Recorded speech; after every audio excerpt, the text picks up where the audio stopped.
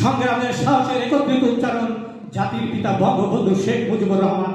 তোমার অমর স্মৃতির প্রতি অটল শ্রদ্ধা হে জাতির পিতা। বন্ধুরা আমার, আমি বিনয়ের সাথে ফখরুল গঙ্গের দু চারটি কথা বলে আমার বক্তব্য শেষ করব।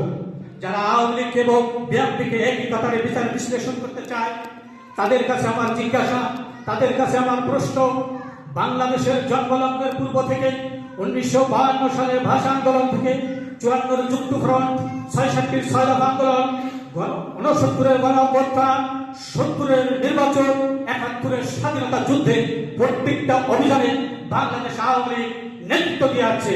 বিএনপি কোথায় নেতৃত্ব দিয়েছিল? বিএনপির জন্ম হয়েছে ক্যান্টনমেন্টের পকেটে। বন্ধুরা আমার, জিয়াউর রহমানের রাজনীতি সম্পর্কে বলতে গেলে অনেক সময় লাগবে, অত দূরে যাব না। আরো কাছে আসতেছি 2004 সালে 21 গ্রেনেড হামলা করে আওয়ামী লীগের 24 জন নেতা কর্মীরা নৃশংসভাবে হত্যা করেছিল। তৎকালীন সময়ে বাংলাদেশ আওয়ামী লীগের সাধারণ সম্পাদক আব্দুল জলিল সাহেব থানায় থানায় ঘুরেছিলেন মামলা করার জন্য। কোথায় ছিল তখন আপনাদের মানবতা? কোথায় ছিল আইনের শাসন?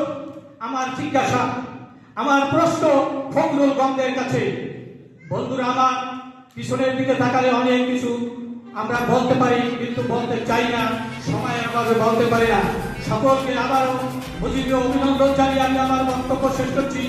জয় বাংলা, জয় বঙ্গবন্ধু, জয় হোক বাংলার মেহনতি মানুষের।